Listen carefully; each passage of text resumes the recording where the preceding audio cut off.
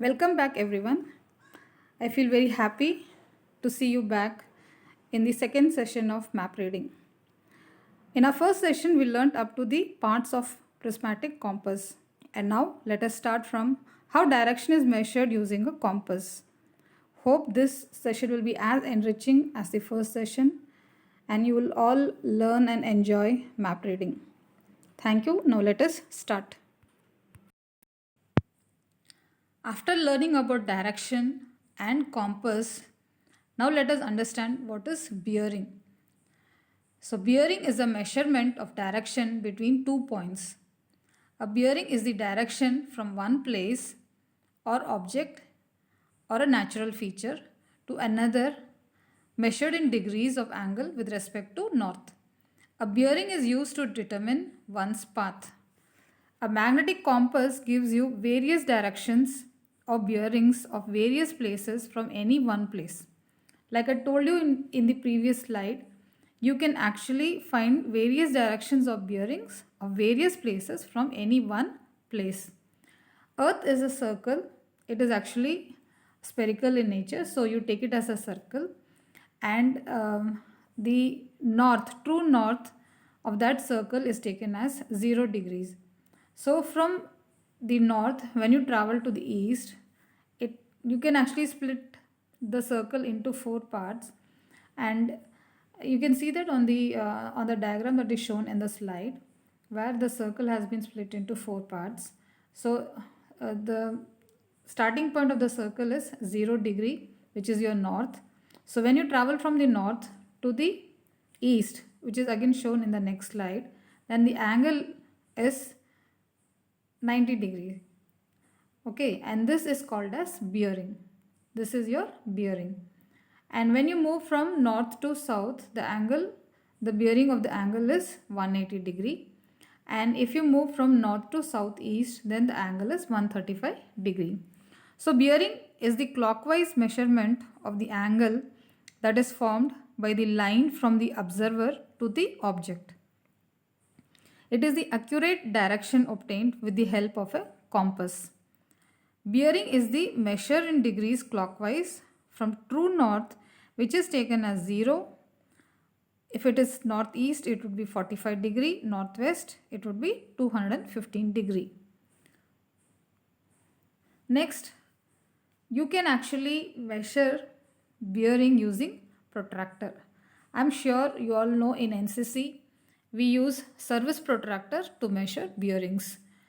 And in your NCC training, in your training camps, you must have definitely seen and handled or used the service protractor. Now let us learn a few things about service protractor. A service protractor is a measuring instrument.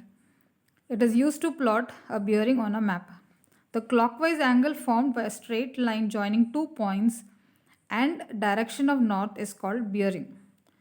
So service protractor actually is used to measure angles and bearings like grid bearing. So grid bearing is measured on the map from the grid north by the help of a service protractor. It is the essential link between map and compass, because by means of a service protractor, the magnetic bearing will be converted to grid bearing and transferred to the map. Now let us know a few more things about service protractor.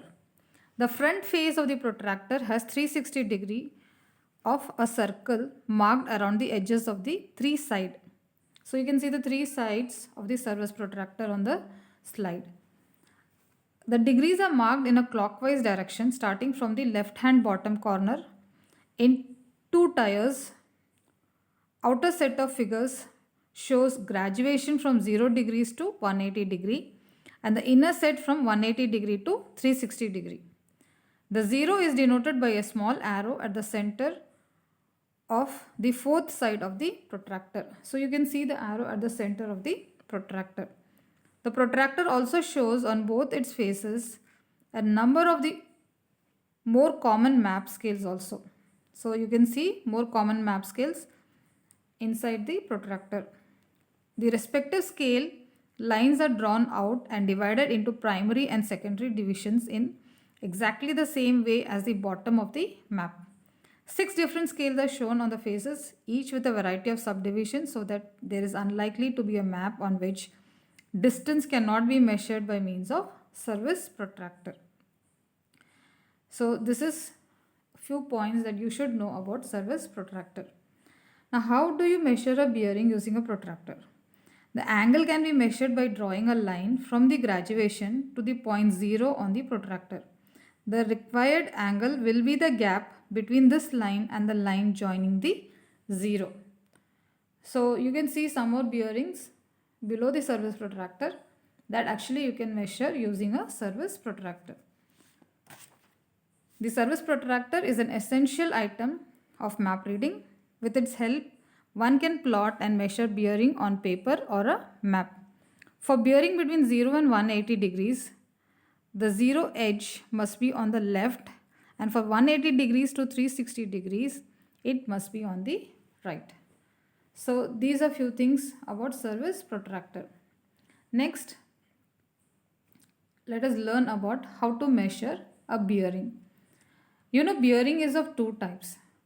Bearing is either forward bearing or back bearing. That is, you have both forward bearing and back bearing.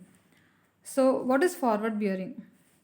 If you took the bearing from a known location, so if you took a bearing from the known location, you will be plotting a forward bearing starting at the known location. So that is called forward bearing. And if you took the bearing from an unknown location, then you will be plotting a back bearing starting at the same known location. So that is the difference between forward bearing and back bearing. Now, how to plot a forward bearing on a map using a protractor and a compass. So let us understand about that. Now you can see two photographs on this slide wherein the forward bearings have been shown, which has been plotted using first by a protractor and then by a compass. So let us first learn how to plot a forward bearing on a map using a protractor. Place the center point of a protractor on the known point. Rotate the protractor so that it is aligned with the north reference lines on the map. Mark the map along the edge of the protractor at the desired bearing. Extend the bearing line towards the unknown point using a straight edge. Now you have your forward bearing. This is how you actually plot a forward bearing on a map using a protractor. In your next, in the same photo, on your right hand side, you see how the forward bearing is being measured using a compass. So now we will learn how to find out a bearing using a compass. Set the compass up for bearing to one of the landmarks. For this, you have to rotate the circle showing the direction until the correct bearing is shown along the arrow. Now set the compass down on the map so that the long straight edge lies on the landmark. Then rotate the whole compass until the north mark is pointed upon the map along the vertical lines. Keep the straight edge on the landmark. The arrow parts along the correct bearing. Now draw a line along the straight edge. Your position lies on this line, so that's your bearing. So that's how you actually find out the forward bearing using a compass. Hope now you have understood how to measure forward bearings using a protractor and a compass. Next, we will determine how to find the back bearing. Now, back bearing, you have understood about forward bearing. So, first, to actually determine the back bearing, first you have to take a forward bearing. So for that, you have, you see the diagram on your right hand side of the slide. So by looking at that, you will be able to understand how back bearing is determined. So for getting a back bearing, first you have to take a forward bearing. So for that, imagine you are in an unknown position in front of a lake, and there is a house which is far from the on the other side of the lake. That is, you are on one side of the lake, and the house is on the other side of the lake. So where you are standing is an unknown position. So you are in an unknown position and you are in front of the lake. You take a bearing of the house which is on the other side of the lake from your unknown position. The bearing you have is the angle between a line from magnetic north to our location and a line from our location to the house. This bearing is forward bearing. But when we plot this bearing on a map, we cannot plot the angle from our current location, since that is what we are trying to find, because where you are standing is your unknown location. So you are actually trying to find out your location.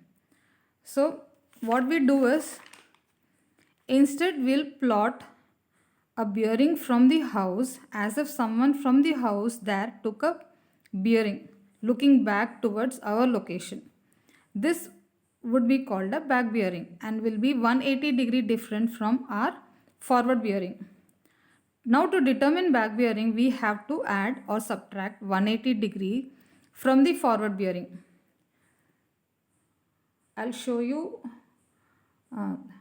the figure that you see here. This tells you this addition and subtraction of 180 degrees. So here actually we are the first figure tells you about bearing and the next figure tells you about back bearing.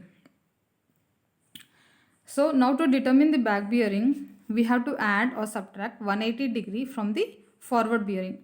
As you want the result to be between 0 degree and 360 degree. So if the forward bearing is less than 180 degree, add 180 degree to it, and if it is greater than 180 degree, subtract 180 degree. So suppose now see the second diagram, it says that your forward bearing is 65 degree.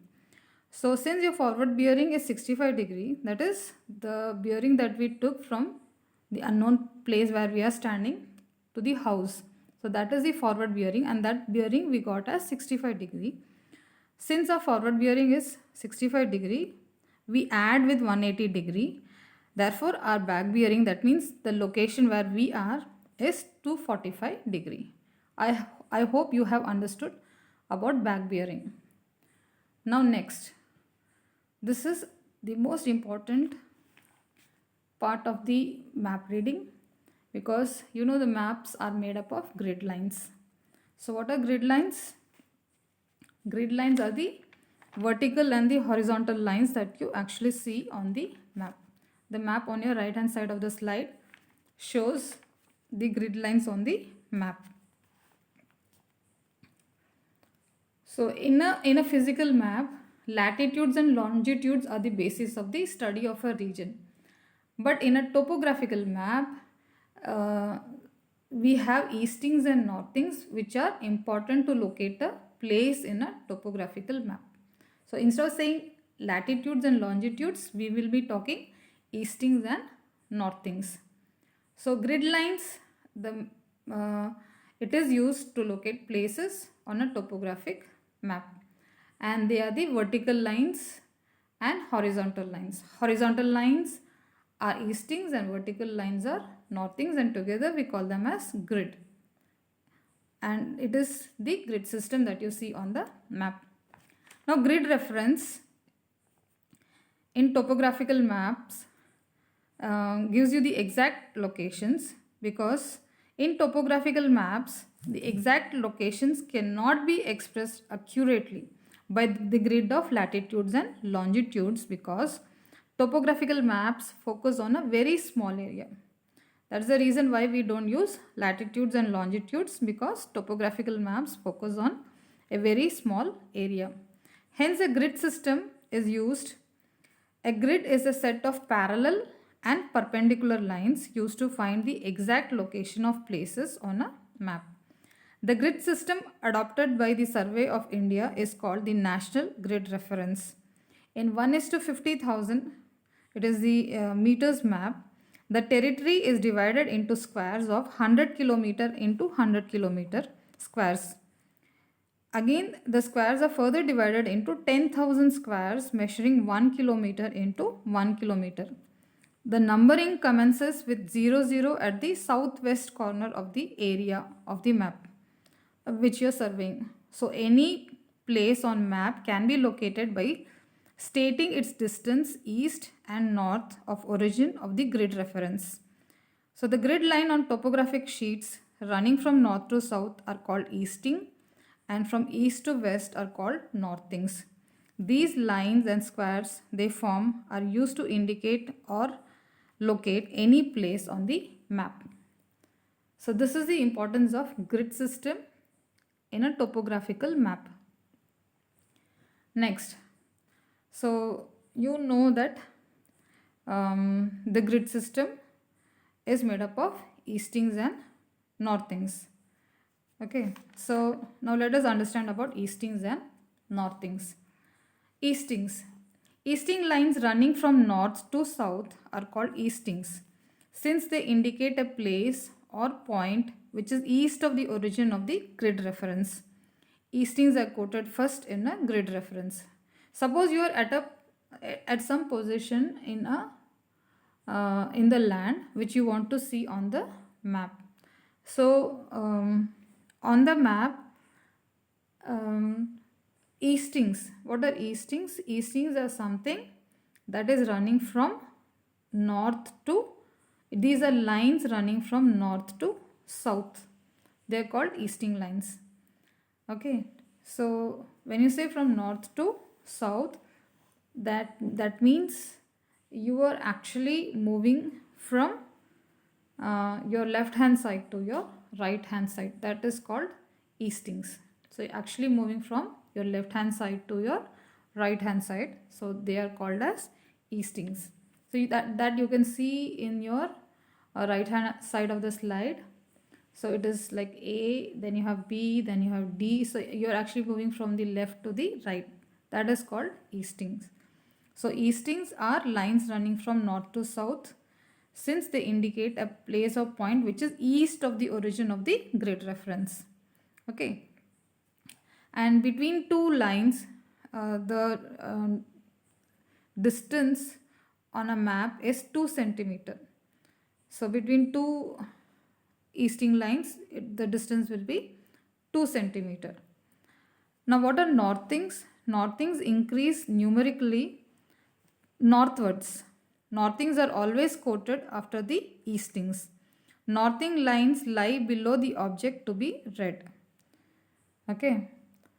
So northings actually move upwards. They are moving upwards. So they move from south to the north upwards. Okay, that is called northing. So I hope you have now understood a bit about eastings and northings. Next, let us understand about how to actually write a 4-figure grid reference and a 6-figure grid reference, because the 4-figure grid reference and the 6-figure grid reference actually tells you exactly where your position is or where you want to find your position. So how to find out the 4-figure grid reference is first write 2 figures of the eastings and then write last 2 figures of the northings. You have to first write the first 2 figures of the eastings and then you have to write the last 2 figures of the northings. Say for example, you see the grid map on your right hand side. So first you're writing the eastings. If you're going to write the eastings, then it is between 29 and 30. Okay, so you write 29 because you have to write the easting number before the object. So you take it as 29. Okay, and then you see where the northing is. So the northing is between 51 and 52. So you take the northing as 51. So your grid reference is 2951. That's how you find out the 4-digit grid reference. So how do you actually calculate the area of the grid reference? Okay, you know area is equal to length into breadth, and in topographical maps, each grid measures 2 centimeter into 2 centimeter or 1 kilometer to 1 kilometer as per the scale. Okay, so that's how you calculate the area on a map with grid lines. Now next, let us understand about 6-figure grid reference. Now when you move to the 6-figure grid reference, you know it is to be more accurate. A 3-figure, the third figure which is added to your 2-figure will give you a more accurate reading. So to be more accurate, a third figure is added to 2 figures. Okay, figures of easting and northing. This is called 6-figure grid reference. That means to your easting already you have 2 figures, so you add one more. To your northing you already have 2 figures, you add one more. So you adding 2 more to the 4-figure grid reference. That is called 6-figure grid reference. This will enable you to locate or indicate on the map an object with an accuracy of 100 into 100 meters. So that's how you actually find out a 6-figure grid reference for an accurate measurement. See, a 6-figure grid reference is given as an example in this particular diagram. So you just add to the 4-figure grid reference one easting and one northing reference. So you will get a 6-figure grid reference, and it is generally done to get an accurate 100 into 100 meter answer. So I hope you have now understood about grid references, why so much of importance is given to grid references. So with this, actually we are coming to the end of the map reading. So we have actually gone through many things to understand how map reading is done. So we'll just go through a summary of the map reading skills, which is very necessary if we want to become skilled in map reading. So what is your first step in map reading is you should choose the right map. Then you should understand the map symbols. After you understand the map symbols, you should understand the contour lines. And when you start to understand the contour lines, you should understand the magnetic north. And after you understand the magnetic north, then you should know how to use a compass. And after you understand how to use a compass, you should know how to take a compass bearing. And when you're able to take a compass bearing, then you should know how to take a 4-figure grid reference and a 6-figure grid reference to locate your position, to know where exactly your position is. So map reading, you know, is a skill that everybody should learn so that you know how to use a map. With this, we come to the end of this map reading class. I hope you all enjoyed this class. So, you know, the real art of map reading actually comes with the interpretation of a person. You should be able to interpret an individual landscape. And just for an example, let me tell you that interpreting individual landscape features, you know, in a topographical map, if you see and if you understand properly, so all the features that fit together in a terrain, you know, in a topographical map, you know, saddles actually connect to ridges, to knolls, to cliffs. Similarly, gullies connect into rivers and valleys. An interpretation of these contour lines that fit together will help you to understand the lay of the land and the way we can navigate through it. So with this, let me finish this map reading class. Hope you all enjoyed it. Thank you very much for your patient learning. and I hope you you will learn to become a skilled map reader from this particular class. Thank you so much. Thank you. Jai Hind.